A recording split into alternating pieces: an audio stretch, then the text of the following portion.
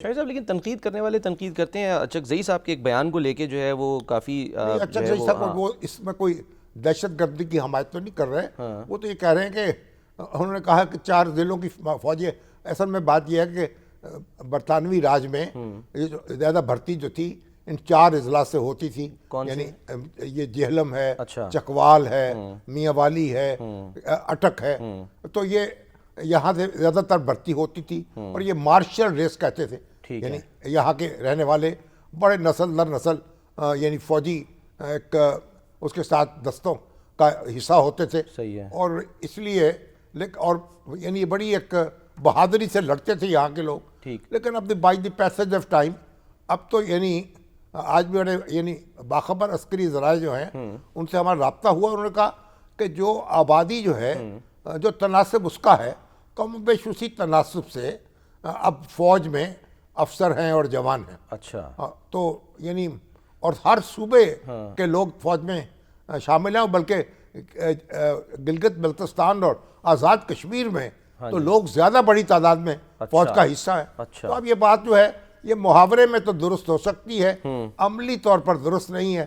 अब अचकज़ई साहब क्योंकि उसी तरह प्री पार्टीशन डेज में रह रहे हैं, तो मुहाबात ज़ुबान पे जो मुहावरे चढ़े हुए हैं वो बोल लेते हैं। इसका जरा जवाब दिए ख्वाजा आसिफ साहब ने, वो जरा सुने उन्होंने क्या फरमाया। ख्वाजा आसिफ साहब ने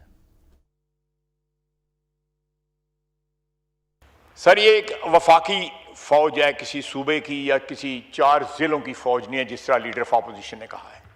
3141 जो है टोटल शहादतें 5 साल में दहशतगर्दी की जंग में हमारी हुई हैं।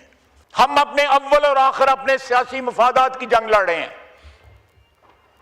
इक्तदार की जंग लड़ रहे हैं। यहां पे कई लोग बैठे होंगे, कई लोग होके गुजर भी गए हैं जो 4-4, 5-5, 6-6 पार्टियां जिन्होंने बदली हुई हैं, लेकिन इन शहीदों ने तो कोई पार्टी नहीं बदली। उन्हें जो हल्फ उठाया था जब वो फौज में शामिल हुए थे उस हल्फ के लिए उन्होंने जान दी हुई है। सियासी और अपने जाती मफादात की, अपनी जाती सियासत की हिफाजत करते हुए अगर मैं जो है एक लकीर जो खून से खींची गई है उसको क्रॉस करता हूं तो मुझे कोई हक नहीं है इस सिवान में बैठने का।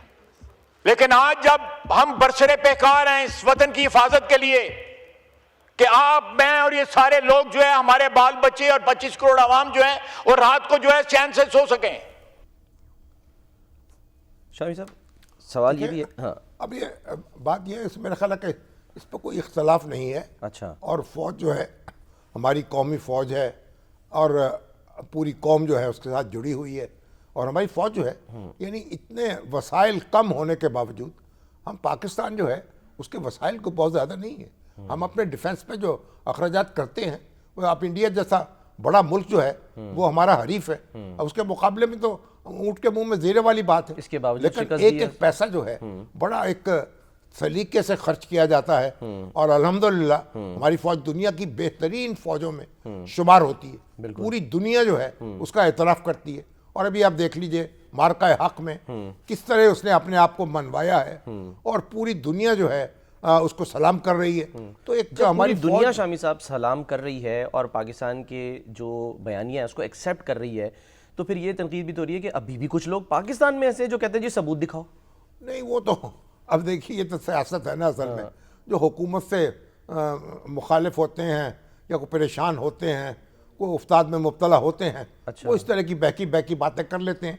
अगर उनकी बातें भी सुन ली जाएं, उनके दिल पे भी हाथ रख लिया जाए, उनकी भी कोई सुनवाई हो जाए तो उनका भी गुस्सा उतर जाता है। अच्छा, मतलब अभी आप देख लीजिए जैसे वो हमारे सुहेल अफरीदी साहब जो है बड़े एक तूफ़ानी यानी दौरे करते थे और क्या क्या तुंदो तेज अल्फाज इस्तेमाल करते थे। लेकिन आहिस्ता आहिस्ता जब हक़ाइक़ का सामना हुआ है तो मतलब एक सीना सफ़र है और बिल्कुल एक खड़े हुए कि हम मुल्क की हिफाजत के लिए ताबेक है। ठीक है। तो ये मेरा ख्याल है कि जो छोटी मोटी अगर कोई ऐसे में गुस्से में किसी के मुंह से बात निकल जाए तो उसको भी हमें थोड़ा नज़रअंदाज कर देना चाहिए और उसको राई का पहाड़ नहीं बनाना चाहिए। तो अब शामी साहब जो बार बार कहते हैं कि नेशनल एक्शन प्लान जो कि अभी नामुकम्मल एक तरह का एजेंडा है, रिवाइज भी हो, उसके 14 निकात हैं। एक देखो मुसलसल अमल है ना। अच्छा, मुसलसल अमल है, गुड गवर्नेंस है। हाँ। लोगों के मसाइल हैं उनको हल करना है, इनको इंसाफ देना है, उनको तालीम देनी है, उनको यानी हेल्थ की फैसिलिटीज़ देनी है, तो ये सारे काम करने हैं और ये एक मुसलसल अमल है। ऐसा नहीं है कि आप एक साल ये है अच्छी गवर्नेंस कर लें और उसके बाद सो जाए।